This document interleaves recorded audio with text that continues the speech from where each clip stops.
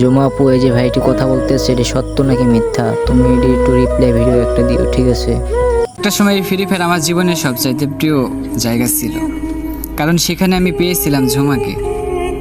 ঝুমা তখন একবারে নতুন প্লেয়ার ছিল, সে খেলা কিছুই বুঝতে না, কেমনে ওয়াল ফেলায়, কেমনে দৌড়াই। ও সারাক্ষণ শুধু গান হাতে করে নিয়ে দৌড়াইতো। তো আমি আস্তে আস্তে তাকে খেলা শিখাইলাম। তো তখন আমি ওর জন্য ছিলাম একটা গ্রাইড, ওর সবচেয়ে আপন প্লেয়ার। আমি আমার সময়, এমনকি আমি আমার আইডিতে টপ আপ না করে ওর আইডিতে আমি টপ আপ করে দিতাম, যেগুলো সুন্দর সুন্দর মেয়েদের ড্রেস কালেকশন, ইমোট বা নতুন কোনো ইভেন্ট, এগুলো আমি সব কিছু কমপ্লিট করে দেওয়া শুরু করলাম। তো প্রতিদিন রাতে আমরা একসাথেই গেম খেলতাম, অনেক মজা হইতো। তো একদিন বললো যে আমি গেম খেলতে পারি না, গেম ডিলিট করে দেব। আমি বললাম যে কেন? বলে যে আমি খেলতে পারি না, শুধু মইরা যাই। তো আমি বললাম যে তুমি একটু ভালো করে চেষ্টা করো, দেখো তুমিও একদিন পারবা গেম খেলতে, তুমি খেলতে খেলতে খেলা শিখে যাবা। তো বলে আচ্ছা ঠিক আছে, আমি মনোযোগ দিয়ে চেষ্টা করবো। তো এভাবে খেলা শিখতে শিখতেও ভালো একটা খেলা শিখে যায়, 5-6 মাস পার হয়ে যায়। তো এইভাবে যাওয়ার পর ও একদিন আমাকে বললো, ভাই আমি একটা ইউটিউব চ্যানেল খুলতে চাই, কী নাম দেওয়া যায়? আমি বললাম যে তোমার নাম যেহেতু ঝুমা, তাহলে তুমি দাও ঝুমা গেমিং। তো ঝুমা গেমিং দেও একটা ইউটিউব চ্যানেল খুলে।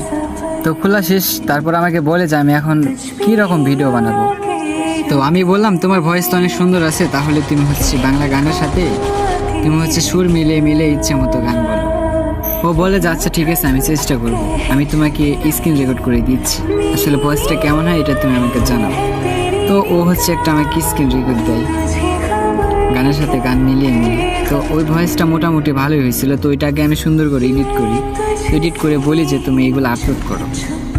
তো আপলোড করে, তো ওই ভিডিওগুলো কিন্তু অনেক পরিমাণ ভাইরাল হয়, মানুষ অনেক লাইক করে। তো এইভাবে ও প্রতিনিয়ত ভিডিও বানাতে থাকে, ভিডিও বানাতে বানাতে ভালো পরিমাণ একটা ফলোয়ার হয়ে যায়। তো এইভাবে খেলতে থাকি। তো ওর যখন ভালো একটা ফলোয়ার হয়ে যায়, তখন দেখলাম যে আমাকে ইগনোর করা শুরু করলো। ইগনোর বলতে আমি হচ্ছে ইনভাইট দিলে ইনভাইট ধরতো না, প্লাস আমি যদি ওর গ্রুপে জয়েন দিতাম নিত না, কেটে কেটে দিত, মানে ব্যস্ত থাকতো সবসময়। তো আমি কষ্ট পেতাম মনে মনে যে মানুষটাকে আমি এরকমভাবে শিখাইলাম, ওই মানুষটা আমার সাথে এরকম করতেছে, তখন খুব কষ্ট লাগতো।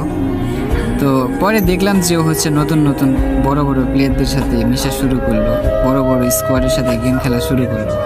তো একদিন হঠাৎ দেখি ওর গেমের প্রোফাইলে পাশে আমার নামটা আর নেই, সে ডো পার্টনারটা কাইটা দিয়ে হচ্ছে আর একটা ছেলেকে ডো পার্টনার বলে, নাম ছিল তার ব্রোকিং। তো আমি হয়ে গেলাম তার কাছে অপরিচিত একটা মানুষ। তো আজ সে নবী ঝুমা বড় একজন স্ট্রিমার, তার নাম এখন অনেক ভাইরাল, তার নাম হচ্ছে এখন ঝুমা গেমিং। আর আমি এখনো সে আগের মতো সেই পুরনো ফোনটা নিয়ে লবিতে বসে থাকি।